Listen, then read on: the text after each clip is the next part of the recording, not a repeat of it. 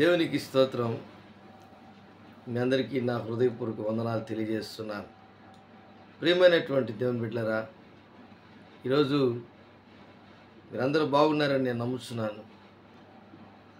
మన ప్రభువును రక్షకుడైన యేసుక్రీస్తు ప్రభుల వారు, తండ్రి అయిన దేవుడు, పరిశుద్ధాత్మ త్రియేక దేవుడు ఈరోజు కొన్ని మాటలు మనతో ఆయన వాక్యము ద్వారా మనతో మాట్లాడుతున్నాడు.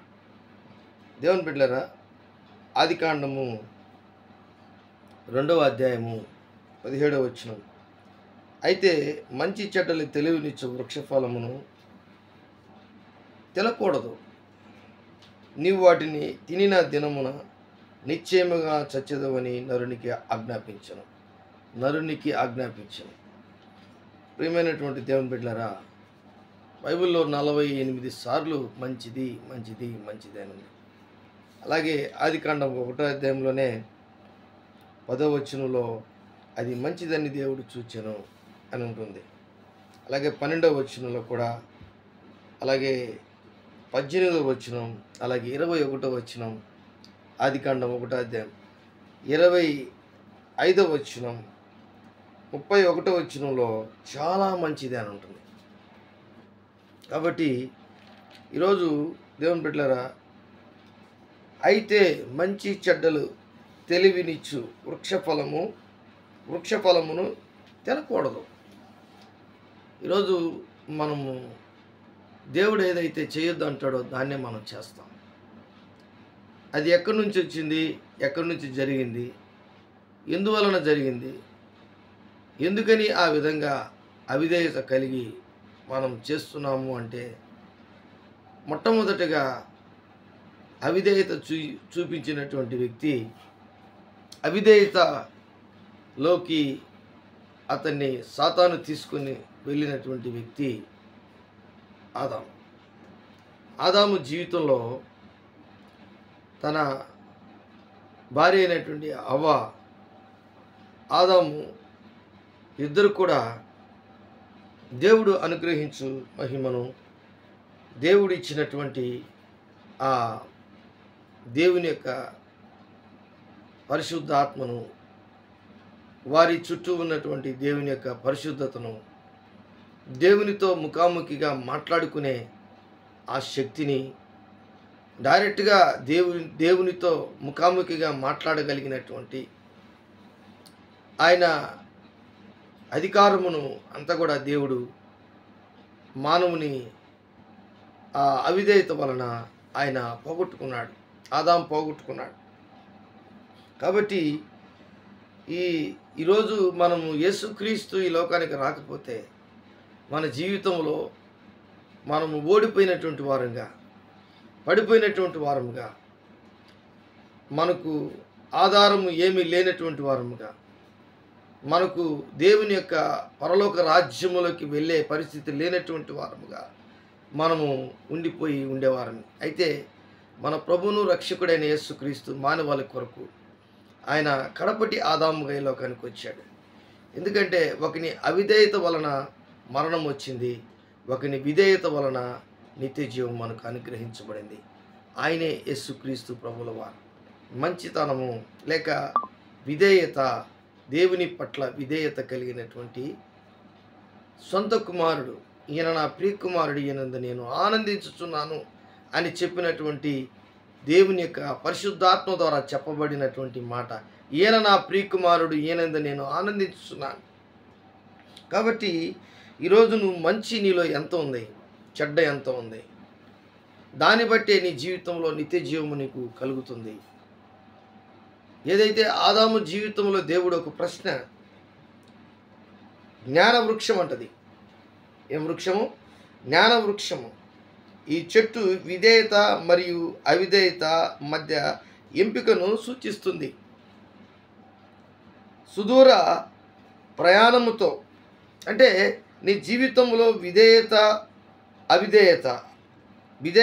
మరియు అవిధేయత మధ్య ఎంపిక సూచిస్తుంది. ఏం చేస్తున్నావు? నువ్వు చెప్పిన పని, దేవుడు చెప్పిన పని మనం నెరవేర్చాలి. దేవుడు ఆదికాండము 1వ అధ్యాయం 28వ వచనంలో ఆదాముకి ఆయన అధికారాలను ఇచ్చాడు. మీరు భూమిని నిండించి ఏలుడి. అంత మాత్రమే కాదు, జంతువుల్ని పక్షులన్నిటినీ ఏలుడి, జీవజల రాశులన్నిటినీ ఏలుడి, ఆకాశ పక్షులను ఏలుడి. ఇవన్నీ కూడా ఆదాముకి దేవుడు అధికారం ఇచ్చాడు. జంతువులకి ఏ పేర్లు అయితే ఆ రోజు ఆదాము పెట్టాడు, ఈ రోజు వరకు కూడా అదే పేర్లు ఉన్నాయి. దేవుని బిడ్డలారా, మీరు గమనించండి, విధేయత మరియు అవిధేయత మధ్య ఎంపికను సూచిస్తుంది. ఏంటంటే వృక్షం. అంటే ఈ వృక్ష ఫలము నువ్వు తినకూడదు. కాబట్టి రెండోది మీరు తినకూడదు. ఒకటి వృక్షము, రెండోది మీరు తినకూడదు. ఆ వృక్ష ఫలం తినకూడదు. దేవుని స్పష్టమైన ఆదేశము ఒక సరిహద్దును ఏర్పరుస్తుంది. దేవుని స్పష్టమైన ఆదేశము ఒక సరిహద్దుని ఏర్పరుస్తుందంట. ఆదాము మరియు అవ్వ యొక్క నమ్మకాన్ని మరియు విధేయతను పరీక్షిస్తున్నాడు దేవుడు. ఆదాము యొక్క అవ్వ యొక్క విధేయతను దేవుడు పరీక్షిస్తున్నాడు. అంటే దాని అర్థం, ఈ చెట్టు పండును నువ్వు తినకూడదు, నువ్వు తినిన దినమున నిశ్చయముగా చచ్చెదవు అని చెప్తున్నాడు. మూడవదిగా, మీరు దీనిని తినిన రోజు అవిధేయత యొక్క పరిమాణాలు వెంటనే మరియు ఖచ్చితంగా ఉంటాయి. ఎంత గొప్ప మాటలు! మీరు తినిన దినమున నిశ్చయముగా మీరు చచ్చెదరు. నాలుగవదిగా, మీరు ఖచ్చితంగా చచ్చెదరు అంటున్నాడు. ఈ మరణము భౌతిక మరణము మాత్రమే కాదు. ఈ మరణము భౌతిక మరణము మాత్రమే కాకుండా దేవుని నుండి ఆత్మీయంగా విడిపోవడానికి కూడా సూచిస్తుంది. అందుకనే ఏదైనా తోట నుంచి దేవుడు వారిని చెరపపు చొక్కాలు కుట్టించి వారిని తరిమేసి కెరూబులు శరావులను, అక్కడ అగ్ని ఖడ్గములను, జీవవృక్ష ఫలమును భుజింపకుండా చేశాడు. అంటే దేవుడు వారిని తరిమివేశాడు. ఎంత స్వహస్తాలతో చేసినటువంటి దేవుడు! జాలి, ప్రేమ, కనికరములు ఆయనకు ఉండవా? ఉంటాయి. ఏ కుమారుడైతే దేవుని మాట వినడో ఆ కుమారుడిని శిక్షిస్తాడు. తండ్రి శిక్షించని కుమారుడు దుర్బీజుడు అవుతాడని దేవుని వాక్యం సెలవిస్తుంది. కాబట్టి నీ ఆధ్యాత్మికమైన స్థితిలో కూడా అంతే. దేవుడు ఈ రీతిగా వారిని క్రమపరిచాడు. కాబట్టి ఈరోజు నిజంగా నీ జీవితంలో ఏ విధమైనటువంటి ఆధారాలతో నువ్వు దేవుని వాక్యం మీద నువ్వు పట్టుకలిగి ఉన్నావో అప్పుడే నువ్వు విధేయత చూపిస్తావు దేవుని వాక్యం పట్ల, దేవుని యొక్క మాట పట్ల. ఆదికాండము 3:1-7 వరకు వారు అవ్వ తిని ఆ ఆదాముకి ఇవ్వడం, అక్కడ ఆ సర్పంతో మాట్లాడడం, అవన్నీ కూడా మనకు కనబడుతుంటాయి. అయితే రోమీయులకు రాసిన పత్రిక 5:12 కానీ మనం గమనించినట్లయితే, రోమీయులకు రాసిన పత్రిక 5:12 నుంచి 19 వరకు మనం చూస్తే 2 మాటలు మనకు కనబడతాయి. ఇట్లుండగా ఒక మనుషుని ద్వారా పాపము ద్వారా మరణమును లోకములో ఎలాగూ ప్రవేశించునో అలాగే మనుషులందరూ పాపము చేసినందున మరణము అందరికీ సంప్రాప్తమాయను. అంటే ఒక మనుషుడు అనగా ఆదాము వలన పాపం చేసినందువలన మరణం వచ్చింది. కాబట్టి ఆ యొక్క పాపాన్ని పోగొట్టుకునేదానికి ఎవరి వల్ల కాదు, దేవుడి శాపం. మొదట ఆదాముకి శాపము, మొదట పాముకి శాపము, రెండోది ఆదాముకి శాపము, మూడోది అవ్వకి శాపము, నాలుగోది భూమికి శాపం. అంటే ఆదాము చేసిన తప్పిదమును బట్టి భూమి కూడా శపించింది. ముళ్ళ పొదలను గచ్చ పొదలను మొలిపించునుగాక అన్నాడు దేవుడు. నీకు చెమట, అప్పటి వరకు చెమట వచ్చేది కాదు ఆదాముకి, ఆయన పండ్లు కోసుకొని తినడమే. అయితే ఆ ఏదైనా చోటలో చెమట కార్చినట్టు మనకు కనపడదు.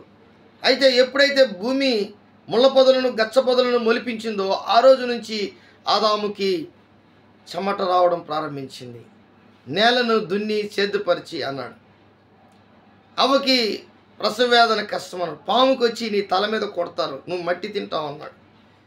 కానీ భూమికి నువ్వు గచ్చ పొదలను ముళ్ళ పొదలను మొలిపిస్తావు. కాబట్టి దేవుడు ఆదాముకి ఇచ్చినటువంటి, ఆదాము ఇచ్చినటువంటి అధికారమునంతా తిరిగి తీసేసుకున్నాడు. అయితే యేసుక్రీస్తు ప్రభులు వారు ఈ లోకానికి వచ్చి రోమిలికి రాసిన పత్రిక 5వ అధ్యాయం 19వ వచనం, ఏలయనగా ఒక మనిషిని అవిధేయత వలన అనేకులు పాపులుగా ఎలాగూ చేయబడిరో అలాగే ఒకని విధేయత వలన అనేకులు నీతిమంతులుగా చేయబడుదురు. ఎవరు ఆ విధేయత వాక్యం పట్ల చూపిస్తారో వారు నీతిమంతులుగా, దేవుని యొక్క కుమారులుగా, కుమార్తెలుగా ఈరోజు మార్చబడతారు. నీవు మరణములో నుంచి జీవములోకి దాటి ఉన్నటువంటి వ్యక్తిగా, నీ ఆధ్యాత్మికమైన స్థితిని నువ్వు ఉన్నతమైన స్థితిలోకి తీసుకువెళ్ళే వ్యక్తిగా దేవుడు కనపరుస్తాడు.